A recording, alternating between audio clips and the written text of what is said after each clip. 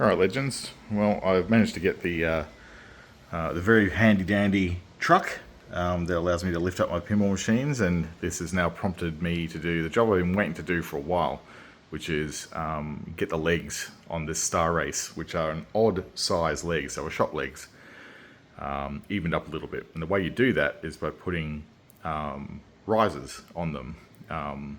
So these are like leg levelers, is what they're all also called as well, but in this case I'm not using the stock standard ones. So stock standard ones look quite a bit like this. They're just a very tiny little leveler. This is for a front leg, and we've got ones over here which are from the back ones, also a little bit longer, but honestly they're pretty small. And you've got to remember, this thing is like, this Star Race is chunky boy.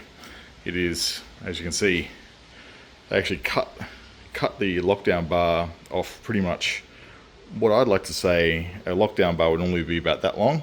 So they've extended it again by a good 20 centimeters. So it's a really wide bodied game, this one. So it's heavy as well because it's that bit wider. So what I've done is I've gone and not used stock legs and gone away from the traditional legs and used leg levelers for furniture, and these ones are pretty decent and chunky. So the ones that I can get here locally in Australia are from Bunnings.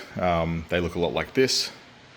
They are an M10 60mm for the front legs, and for the back legs, because I like to have control over how much rake I have on my tables, this one is a M12, so this one is a size up, and it's a 100mm thread, so a 10 centimeter thread, which as you can see is pretty big. Now these ones are just available from Bunnings.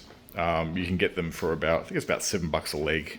So they're probably more expensive than a traditional pinball leg, but when you put them on, you can see that they've actually got like a cup on them, so they pivot, and the base of them is really big. So if you compare the base of that to the base of this, you'll see that it's like, yeah, quite a bit bigger. So the surface area you get on them is way more, and because they've got a rubberized surface on them, they also act as a non-slip surface. So if you've got your games in a competition, they don't really need to put cups underneath them because these have cups built in.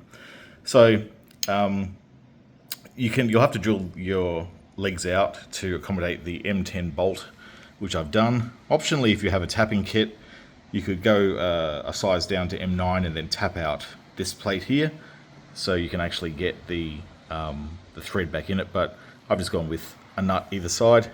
That allows you to really tighten down that leg and lock it in place once you've got it in position, so you never really have to adjust them again with all the shaking and bumping. So hopefully it's a bit of a quick overview of what you can do with it. And I've got them on the back of the machine now, so as you can see, I'll get an original and put it there.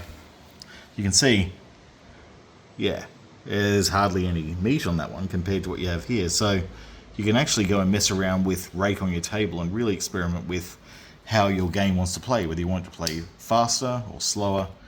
But also you've got a lot of leeway if you've got an uneven surface, which is what I'm battling with in my garage here. So